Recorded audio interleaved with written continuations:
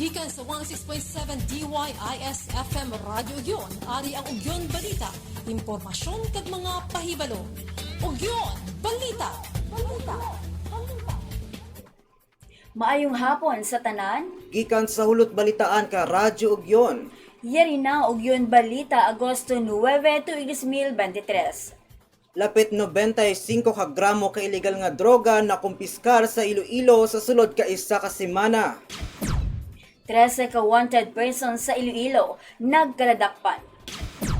4-piece municipal link nagpangandam sa nagaprenda ka cash cards. Mas sobra 3 shandals ka pamilya nagalaom nga makasulod sa 4-piece. Trainer ka Sepak Takraw Santa Barbara nagpasalamat sa nagbulig padulong sa pagkadalagan. Santa Barbara Fire Station magahiwat kay Zumba kag Trash Walk sa Barangay Zone 5 sa Agosto 16.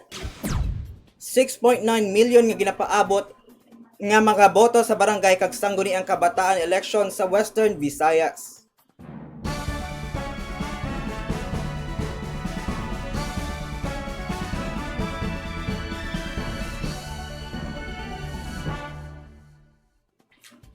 $94.5 ka gramo ka illegal nga droga ang nakumpiskar sa probinsya ka Iloilo. Halin Hulyo 31 tubdob Agosto 6, 2023 nga may ginabanta nagabalor 642,600 pesos.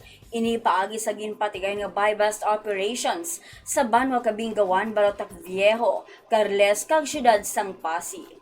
Pamatian payag katag pamaba kay Iloilo Police Provincial Office sa kon IPPO, Police Major Rolando Aranyo sa Ilonggo Cops On Air program sa ISFM 106.7. Ang ato naman nga natigayon nga amount no nga na recover is more or less mga 65 or ara sa 95 grams 95, no. yes. Kag may-ari ini nga value nga malapit-lapit 650,000 pesos no ang street drug price niya. So Lapit 95 ka gramo ka illegal nga droga na kumpiskar sa Iloilo sa sulod kay isa ka semana.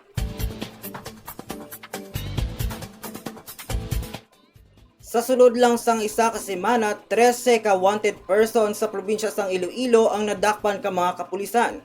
6 ka most wanted person sa Banwa Kaalimudyan, Leganes, Haniway, Dumangas kag Pasig City.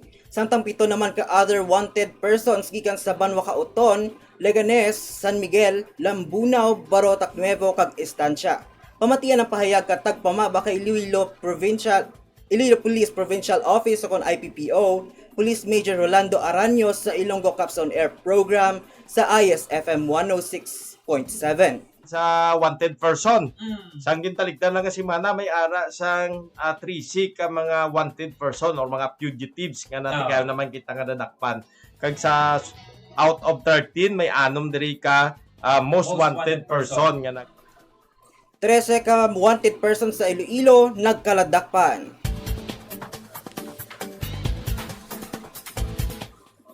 Nagapangandam ang talatapan ka 4-piece sa Kunpantawid Pamilyang Pilipino Program Municipal Link sa Santa Barbara sa mga benepisyaryo nga nagaprenda ka cash card kag naga-intra sa illegal nga pasugal.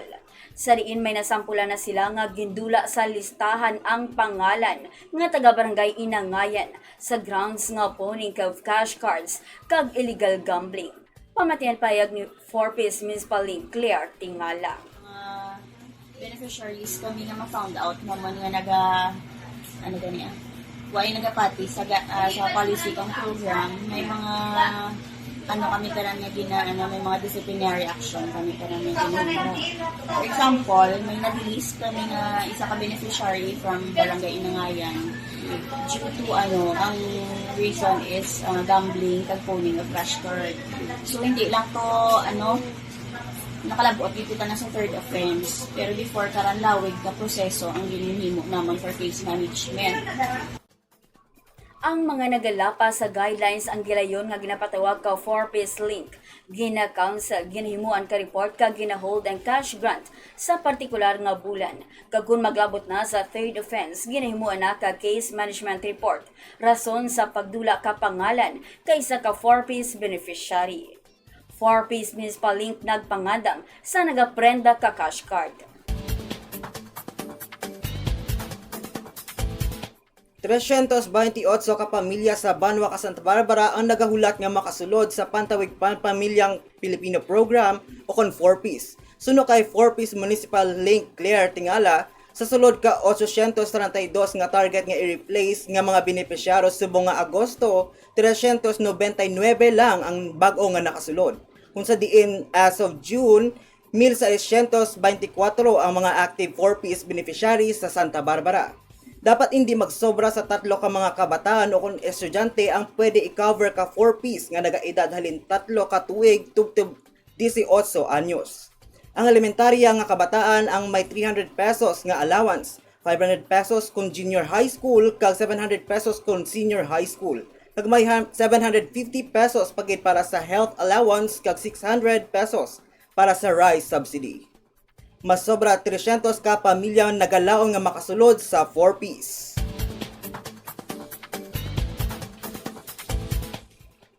Nagpasalamat ang isa ka trainer ka Santa Barbara Sepak Takraw Team, punong barangay Glen Penuela, kabarangay Binangkilan, sa LGU Santa Barbara, Sangguniang Bayan members, mga manunudlo ka atleta, ilang mga ginikanan, coaches, chaperones, anay Sepak Takraw athletes ka Santa Barbara, supporters kay libana sa mga atleta nga nagdedikar kag naghimakas tubtub na kalabot sa palarong pambansa. Pamatian ang pahag ni punong barangay Penuela sa interview ni Ugin Ray Shadina. Buat guro Jakon ay nagtao si Mayor ng equipment. So hindi kami ka-practice kung no ay gid equipment. So may kay Mayor Doc, thank you very much gid. Nakalabot kami tingad sa anang gintaong equipment kinaman sa kay Vice Diloy kag sa SB Gitin, SB team, kag SB Chris, tanan nga SB member, so ay giran nagabulag ka naman nga bulig sa Sepak Takraw. So kay SB Clyde, ang gagitan bulig na naman may ginpabalon ron para sa mga kabataan. So kay Congressman Mike Gorsita, may hanggang man nabulig na. Kag sa mga duro pa sa mga SB CSS nga teach. Kung sa diin ang Sepak Takraw Secondary Girls ang nakakuha ka gold sa Team Rego category, ka gold man sa doubles, samtang bronze naman ang nakuha ka Secondary Boys sa Team Competition category. Kag sa Elementary Boys, silver medal ang nakuha sa Team Rigo, kag silver man sa doubles. Trainer ka Sepak Takraw Santa Barbara, nagpasalamat sa pagbulig padulong sa kadalagan.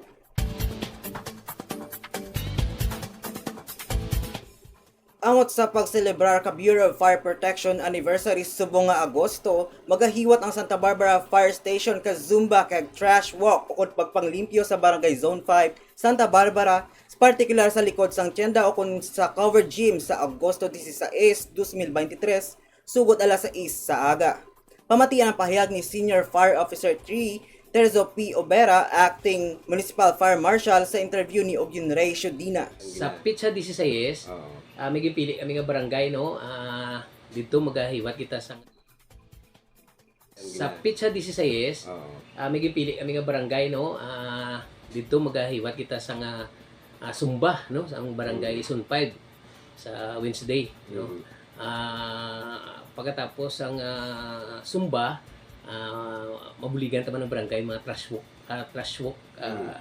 kita, no? Mamulot kita sa area sa likod sa merkado, sa may gym nila. So ginimbita Kag sa Agosto 10 may patigayon sila nga road show sa Robinsons Pavia nga pagasakupan ka fire station sa segundo distrito.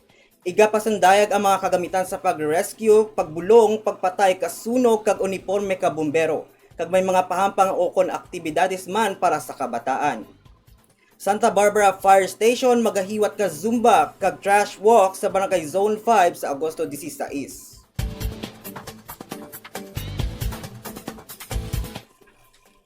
$6,944,161 registered voters ang ginekspektar nga magaboto sa barangay kag Sangguniang Kabataan elections sa Western Visayas sa Oktubre 30, 2023. Apang ang ini nga numero sa mga botante ang posible pa nga magbago kung magpagwa na ang Commission on Elections o kung COMELEC sang resulta sang final cleansing sang voters list nga ginpatigayon sang naligad nga duha ka semana.